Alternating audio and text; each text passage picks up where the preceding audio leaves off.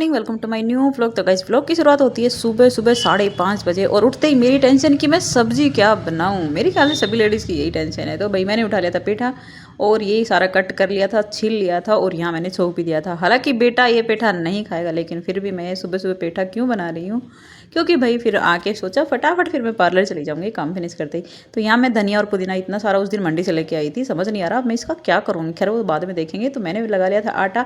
यहाँ सब्जी हमारी बनकर रेडी थी और करण जो कि पेठा नहीं खाएगा उसके लिए मैं यहाँ कर रही थी पराठे बनाने की तैयारी। उसने बोला मेरे लिए तो बस 2 पराठे बना देना, प्याज के या आलू के, मैं वो खा लूँगा, लेकिन मैं पेठा नहीं लेके जाऊँगा और ना ही मैं खाऊँगा। तो यहाँ उसका लंच वगैरह रेडी हो गया था। उसको स्कूल भेजकर अब मेरी तैयारी थी पार्क पहुँचने की। तो यहाँ मैं पहुँच गई थी फटाफट पार्क और आते ही हमारी एक्सरसाइज शुरू हो गई थी, जिसमें हम यहाँ कुछ मस्ती और कुछ एक्सरसाइज कर रहे थे। भैया भी हमारे आ चुके थे और यहाँ एक्सरसाइज हमारी शुरू हो गई।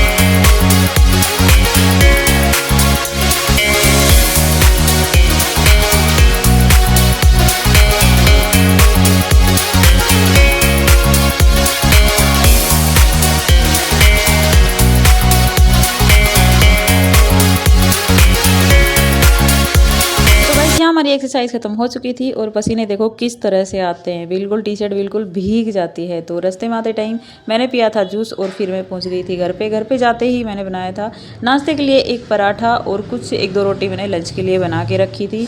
उसके बाद सारा काम वाम फिनिश किया, उसकी वीडियो मैं नहीं बना पाई। और फिर कारपेट पड़ा हुआ था यार, इसको मैं काफ़ी टाइम से सोच रही हूँ धोऊं लेकिन धो ही नहीं पा रही थी। तो धूप थी इसलिए सोचा क्यों ना इसको धो के सुखा दूँ, सूख जाएगा। और कुछ कपड़े थे वो भी मैंने धो दिए थे और फटाफट फिर रेडी हुई और मैंने की पूजा। और पूजा करने के बाद बालकनी में मेरे जो कड़ी पत्ता है ना यार, एक तो वो इतना बड़ा हो गया और अगर उसमें 2 दिन पानी ना डालो तो बिल्कुल ऐसे मुरझा जाता है, सूखने लगता है।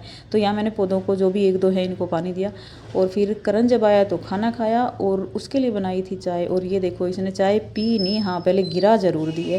फिर मैं पहुंच गई थी मार्केट क्योंकि मैंने अपने फ़ोन का टेम्पर लगवाना था, वो टूट गया था बिल्कुल और ये डर था कहीं मेरा फ़ोन भी ना टूट जाए। तो यहाँ मैं मार्केट से होते हुए पहुंच गई थी ये फ़ोन की शॉप पे। यहाँ मैंने टेम्पर लगवाया और एक टेबल फैन लेकर मैं आ गई थी घर पे क्योंकि भाई किचन में मुझे बहुत ज़्यादा गर्मी लगती है। सोचा किचन में इसको लगा लूँगी ताकि गर्मी ना लगे। और फिर मैं लाई थी पनीर, बेटे की फरमाइश थी कि पनीर की भुजी बनाना। तो यहाँ ये कट कर रहा था पनीर और बोल रहा था फटाफट आप इसको बस छोंक लगा दो भुजी को। तो यहाँ मैंने प्याज टमाटर कट करके भुजी को छोंक दिया था। और मैं लेके आई थी अपनी फेवरेट मिठाई मिल्क केक, जो कि मेरा फेवरेट है।